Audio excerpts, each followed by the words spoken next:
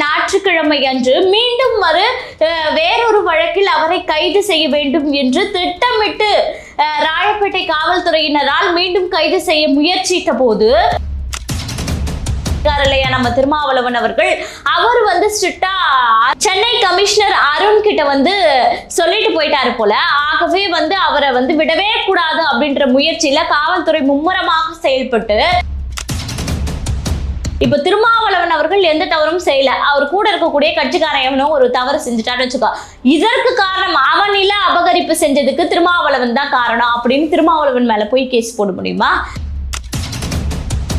Airport மூர்த்தியண்ணன் என்ன மாதிரியான வளங்களையோ நிலங்களையோ கொள்ளையடித்தார், அதற்கான ஆதாரங்களை வெளியிடுங்க. அப்ப பாருங்க, திமுக அரசாங்கம் ஆட்சியில இருந்ததுன்னா, அதற்கு முட்டு கொடுத்த விசிகா உடன் இருந்ததுன்னா யாரு மேல வேணா என்ன வேணா பொய் வழக்கை போட முடியும் அப்படின்றதுக்கு ஏர்போர்ட் மூர்த்தி அண்ணன் அவர்களினுடைய இந்த கேஸ் விஷயமே ஒரு முதல் சாட்சி.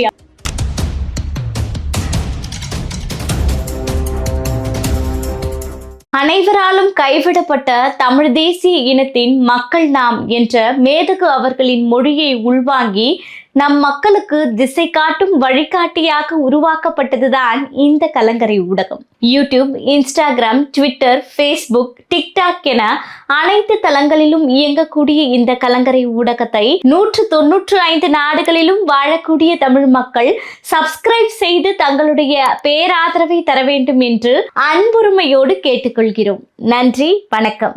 கலங்கரை சொந்தங்களுக்கு அன்பு வணக்கம். கலங்கரை பார்வை நிகழ்ச்சிக்கு உங்களை வரவேற்பதில் மகிழ்ச்சி.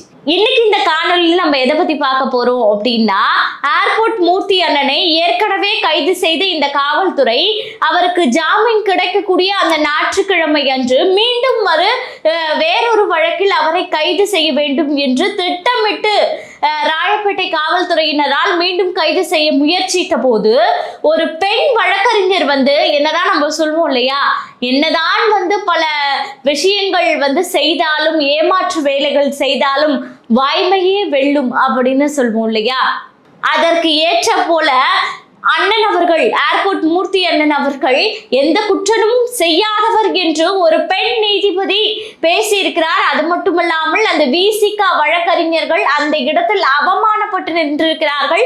காவல்துறையினர் தலை குனிந்து நின்றிருக்கிறார்கள். இந்த சம்பவம் குறித்து தான் முழுமையான ஒரு காணொலியாக தான் இதை நம்ம பார்க்க போறோம். அதாவது ஏர்போர்ட் மூர்த்தி அண்ணன் அவர்கள் 6ஆம் தேதி பாத்தீங்கன்னா செப்டம்பர் 6ஆம் தேதி காவல்துறையினரால் கைது செய்யப்பட்டார். ஆனா அங்க என்ன நடந்தது அப்படின்னு விஷயங்கள் நம்ம நேரடியாக பல ஆதாரங்கள், ஊடகங்கள் வெளியிட்ட பல காணொளிகள், ஆதாரங்கள் எல்லாத்திலுமே பார்த்தோம். அமைதியாக வேறொரு விஷயத்திற்காக டிஜிபி அலுவலகத்திற்கு வந்த அண்ணனை விசிகாவின் குண்டர்கள் தேவையில்லாமல் வம்பிழுத்து அசிங்கமான வார்த்தைகளை பேசி தன்னுடைய காலணிகளை கொண்டு அவரை தாக்கி இப்படின்னு எவ்வளவு ஒரு மனிதரை, ஒரு கட்சியினுடைய தலைவரை அசிங்கப்படுத்த முடியுமோ அந்த அளவுக்கு இறங்கி அசிங்கப்படுத்தினார்கள். அதனால தன்னுடைய கோபத்தின் காரணமாக தன்னுடைய உயிரை தற்காத்து கொள்ளணும் அப்படின்ற ஒரு விஷயத்துக்காக அண்ணன் பாக்கெட்ல இருந்து அந்த பாக்கெட்ல இருந்தக்கூடிய அந்த கத்தியை வைத்து வந்தவர்களை தாக்கினார் அப்படின்ற விஷயங்கள்லாம் நம்ம பார்த்தோம். ஆனா தவறு செய்தவர்கள் இன்று வரை பாத்தீங்கன்னா கைது செய்யப்படல. ஆனா ஏர்போர்ட் மூர்த்தி அண்ணன் அவர்கள் கைது செய்யப்பட்டு இன்னைக்கு சிறையில இருக்காரு. சரி, அவருக்கு ஜாமீன் கொடுக்கலாம் அப்படின்னு நீதிமன்றமே முடிவு பண்ணும்போது அவரை வெளியவே விட்டுடக்கூடாது அப்படின்னு சொல்லிட்டு லண்டனுக்கு போயிருக்காரு இல்லையா நம்ம திருமாவளவன் அவர்கள். அவர் ஸ்ட்ரிக்டா சென்னை கமிஷனர் அருண் கிட்ட சொல்லிட்டு போயிட்டாரு போல. ஆகவே அவரை விடவே கூடாது அப்படின்ற முயற்சியில காவல்துறை மும்முரமாக செயல்பட்டு அவர் மீது இல்லாத ஒரு பொய் வழக்கை போட்டு மீண்டும் அவரை சிறையில் அடைக்கணும் அப்படின்னு முயற்சித்தது. இந்த விஷயத்தை விசாரித்த அந்த பெண் நீதிபதி என்னதுக்காக மீண்டும் அவர் மீது வழக்கு போடப்பட்டது அப்படின்ற விஷயம் பாத்தீங்க அப்படின்னா, அதாவது அவருடைய கட்சியை, புரட்சி தமிழகம் கட்சியை சேர்ந்த பரந்தாமன் என்பவர் ஆல்ரெடி பாத்தீங்கன்னா சிறையில தான் இருக்காரு. எதற்காக அப்படின்னா, சென்னை மயிலாப்பூர்ல இருக்கக்கூடிய ஒரு முஸ்லிம் பெண், அவங்க பேர் பாத்தீங்கன்னா சாரா வஹாப் என்ற அந்த முஸ்லிம் பெண்ணுடைய நிலத்தை அபகரித்ததன் காரணமாக பாத்தீங்கன்னா போலீசாரால் கைது செய்யப்பட்டு பரந்தாமன் என்பவர், புரட்சி தமிழகம் கட்சியை சேர்ந்த பரந்தாமன் இன்னைக்கு சிறையில தான் இருக்காரு. அந்த குற்றத்தை செய்தவர், அந்த முஸ்லிம் பெண்ணினுடைய அந்த நிலத்தை அபகரித்தவர் பரந்தாமன், சரிங்களா? ஆனா இன்னைக்கு அண்ணன் மீது போடப்பட்ட பொய் வழக்கு என்ன அப்படின்னு பாத்தீங்கன்னா, அந்த பரந்தாமன் செய்த குற்றத்தை ஏர்போர்ட் மூர்த்தி அவர்கள் தான் செஞ்சாரு. அந்த மயிலாப்பூர்ல இருக்கக்கூடிய அந்த சாரா வஹாப் என்ற பெண்ணினுடைய அந்த நிலத்தை அபகரித்தவர் வந்து பாத்தீங்கன்னா அண்ணன் தான், அதாவது ஏர்போர்ட் மூர்த்தி அண்ணன் தான். இதை கேட்டு அந்த பெண்ணுடைய குடும்பத்தினர் வந்து சண்டையிட்ட போது அப்போ வந்து இவர் ஏர்போர்ட் மூர்த்தி அண்ணன் வந்து சில குண்டர்களை வைத்து அந்த பெண்ணை வந்து தாக்க முயற்சித்தாரு. ஆகவே அங்க இருக்கக்கூடிய மயிலாப்பூர் ஏரியாவில் இருக்கக்கூடிய விசிகாவினர் வந்து இதை காரணமாக வைத்துதான் வந்து பாத்தீங்கன்னா டிஜிபி அலுவலகத்தின் வாசல்ல ஏர்போர்ட் மூர்த்தி அண்ணனை தாக்கினார்கள் அப்படின்ற விஷயத்தை தான் இன்னைக்கு காவல்துறை ஒரு பொய் பரப்புரையாக செய்திருக்கு. விசிகாவினர் பண்ணட்டும், அவங்க இருக்கக்கூடிய அனைத்து அநியாய விஷயங்களையும், மக்கள் வயிற்றில் அடிக்கக்கூடிய விஷயங்களையும் அவங்க பண்ணுவாங்கன்றது தெரியும். அதுவும் நான் எல்லாரையுமே குறிப்பிட்டு சொல்ல, சில பேர் இதை வந்து விசிகா என்ற கட்சியை பயன்படுத்தி இந்த மாதிரி அடிதடி வேலைகள், இந்த மாதிரி வேலைகளை செய்து கொண்டிருப்பார்கள் அப்படின்றது தெரியும். அப்படி இருக்கும்போது இதற்கு காவல்துறை துணை போகலாமா அப்படின்ற விஷயம்தான் மிகவும் அதிர்ச்சியாக உள்ளது. அப்போ இந்த விஷயம், அதாவது இந்த ஒரு விஷயம் நடக்கவே கிடையாது. இதை செய்தவர் வந்து பாத்தீங்கன்னா புரட்சி தமிழகம் கட்சியில இருக்கக்கூடிய பரந்தாமன். நான் கேட்கக்கூடிய கேள்வி என்னன்னா, இருக்கக்கூடிய ஒரு கட்சியில எல்லாருமே நல்லவங்களா இருப்பாங்களா? எல்லாமே உத்தமைங்களா இருக்கிறாங்களா? ஏன் இப்ப ஒண்ணுமே இல்லை. ஒரு உதாரணத்துக்கு இப்ப திருமாவளவன் அவர்கள் எந்த தவறும் செய்யல, அவர் கூட இருக்கக்கூடிய கட்சிக்காரன் எவனோ ஒரு தவறு செஞ்சுட்டான்னு வச்சுக்கோ, இதற்கு காரணம் அவன் நில அபகரிப்பு செஞ்சதுக்கு திருமாவளவன் தான் காரணம் அப்படின்னு திருமாவளவன் மேல போய் கேஸ் போட முடியுமா? சரி, அப்படி இல்லை. இன்னைக்கு ஸ்டாலின் இருக்காரு. ஸ்டாலின் அவர்களுடைய திமுக கட்சியில வேற எவனோ போய் இந்த கனிம வளங்களை கொள்ளையடிச்சிட்டு தான் இருக்காங்க. அப்படி கொள்ளை அடிக்கிறாங்கன்னு வச்சுக்கோங்களேன், அந்த கேஸை தூக்கி இல்ல இதற்கு காரணம் தலைவர் ஸ்டாலின் அவர்கள் தான் அப்படின்னு சொல்லி அவர் மேல கேஸ் போட்டு அவர் அரெஸ்ட் பண்ணலாமா?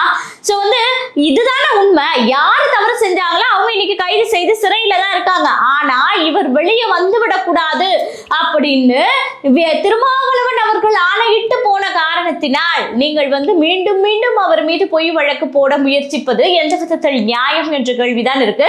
இதற்கு அந்த பெண் நீதிபதி என்ன கேள்வி கேட்டாங்கன்னா, எந்த ஒரு முகாந்திரமும் இல்லை. சரி, நில அபகரிப்பு செய்தவர் ஏர்போர்ட் மூர்த்தி, அதற்கான ஆதாரங்களை காட்டுங்க. அந்த பெண்ணை அழைத்து வாங்க, அதற்கான ஆதாரங்களை கோர்ட்ல சப்மிட் பண்ணுங்க அப்படின்னு சொல்லும் போது அதற்கான ஆதாரம் இவங்க கிட்ட இல்லை. அந்த குற்றத்தை நிரூபிப்பதற்கான சாட்சியங்கள் காவல்துறையிடமும் இல்லை, அந்த பெண்ணிடமும் இல்லை. இப்படி இருக்கும்போது அவர் தான் குற்றவாளி என்று, A1 குற்றவாளி என்று நீங்கள் எப்படி அறிவிக்க முடியும்? இந்த கேஸ்ல நீங்க எப்படி அவரை கைது செய்ய முடியும்?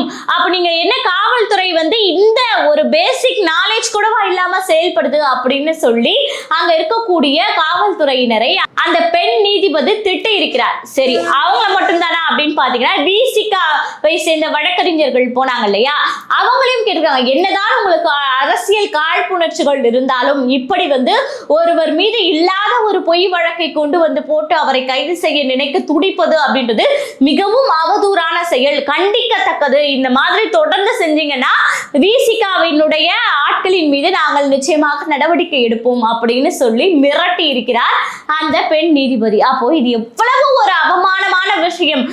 சொல்லுவாங்க, என்னதான் 1000 தவறு இருந்தாலும் நீதி தேவதை தலைகுனிய கூடாதுன்னு. ஆனா அந்த இடத்துல நீதியை வந்து என்ன பண்றீங்க, நீங்க காசுக்காக நீங்க என்ன பண்றீங்க, வாங்கிக்கிட்டு பணத்தை வாங்கிக்கிட்டு ஒருவர் மீது ஆட்சியாளர்கள், அதாவது ஆட்சியில இருக்கக்கூடியவர்களுக்கு முட்டு கொடுப்பவர்கள் நினைத்தால் இந்த நீதியை எப்படி வேணாலும் மாற்ற முடியும் என்ற தைரியத்துல தானே நீங்க பொய் வழக்கு போடணும் அப்படின்னு சொல்லி முடிவு பண்ணி இப்படி பண்றீங்க. ஏற்கனவே வந்து இருக்கக்கூடிய விஷயம் என்னன்னா, குண்டர் சட்டம் யார் மேலங்க போடுவாங்க? குண்டர் சட்டம் போடுறது எப்படின்னா, நில அபகரிப்பு, அதாவது இந்த கனிம வளங்கள் எல்லாம் கொள்ளையடிச்சு விற்கிறாங்க பார்த்தீங்களா, அவங்க மேல இந்த போல நில அபகரிப்பு, அது மட்டும் இல்லாம பொது சொத்துக்களுக்கு சேதம் விளைவிப்பவர்கள், இந்த மாதிரி வந்து அடிதடியில் ஈடுபட்டு மக்களை தாக்குபவர்கள், இந்த மாதிரி உள்ளவர்கள் மீதுதான் குண்டர் சட்டம் போடுவாங்க. சரி, அப்படி வந்து ஏர்போர்ட் மூர்த்தியாளன் என்ன மாதிரியான வளங்களையோ நிலங்களையோ கொள்ளையடித்தார், அதற்கான ஆதாரங்களை வெளியிடுங்க. இல்லை எத்தனை பேரை இந்த மாதிரி அடித்தடியில இறங்கி கட்ட பஞ்சாயத்துல இறங்கி அடிச்சு மூஞ்ச கிழிச்சு பெரிய பிரச்சனையாக்கி இருக்காரு, அதனால யாரு உயிருக்கு ஆபத்து இருக்கு, அதற்கான ஆதாரங்களை வெளியிடுங்க. அப்போ இவர் இதெல்லாம் பண்ணாரு அப்படின்னு சொல்லிட்டு காவல் ஆய்வாளர் வந்து ஏர்போர்ட் மூர்த்தி அவர்கள் மீது கேஸ் போடுறதுக்கு முன்னாடி ஒரு அறிக்கை வெளியிடுறாங்க சென்னை காவல் ஆய்வாளர். அப்ப அந்த அறிக்கையில சொல்லப்பட்ட விஷயம் என்னன்னு பாருங்களேன். என்ன எழுதி வெளியிடப்பட்டது அப்படின்னா, திரு மூர்த்தி என்பவர் சென்னை நகரில் தொடர்ந்து குற்றங்களை புரிந்ததுடன் பொது அமைதி மற்றும் பொது ஒழுங்கு பராமரிப்புக்கு குந்தகமான வகையில் குண்டராக செயல்பட்டதன் காரணத்தால் மேலும் இது போன்ற செயல்களில் ஈடுபடுவதை தடுப்பதற்காக சென்னை பெருநகர காவல் ஆணையாளர் அவரை தமிழ்நாடு சட்டம் எண் 114/1982 கீழ் தடுப்பு காவலில் வைக்க உத்தரவிட்டதன் பேரில் சென்னை புழல் சிறையில் தடுப்பு காவலில் மூர்த்தி கைதியாக வைக்கப்பட்டுள்ளார் அப்படின்ற ஒரு அறிக்கையை பாத்தீங்கன்னா சென்னை காவல் ஆய்வாளர் மூலமாக வெளியிடப்படுகிறது. எப்படி அவர் குண்டர் அப்படின்னு சொல்லுவீங்க? எங்க எந்த ஒரு உயிராக இருக்கட்டும், தனக்கு ஆபத்து ஏற்படுதுன்னா தன்னுடைய உயிரை தற்காத்துக் கொள்வதற்கு எந்த ஒரு உயிர், அதாவது ஒரு அஞ்சறிவான ஒரு உயிரா இருந்தா கூட, ஏன் உதாரணத்துக்கு பாம்பை கூட எடுத்துக்கோங்களேன், அது பாட்டு செவனேன்னு போயிட்டு இருக்கும். ஆனா நீங்க அதை போய் நோண்டுனீங்க அப்படின்னா அது உயிரை பாதுகாப்பதுக்காக தான் உங்களுக்கு கொத்தும்.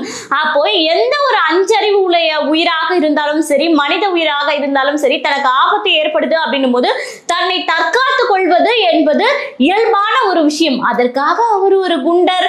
அவர் தொடர்ந்து பாத்தீங்கன்னா சென்னையில அமைதியை குலைக்கும் வகையில செயல்பட்டுட்டு வர்றாரு. என்ன அமைதியை குலைச்சிட்டாரு?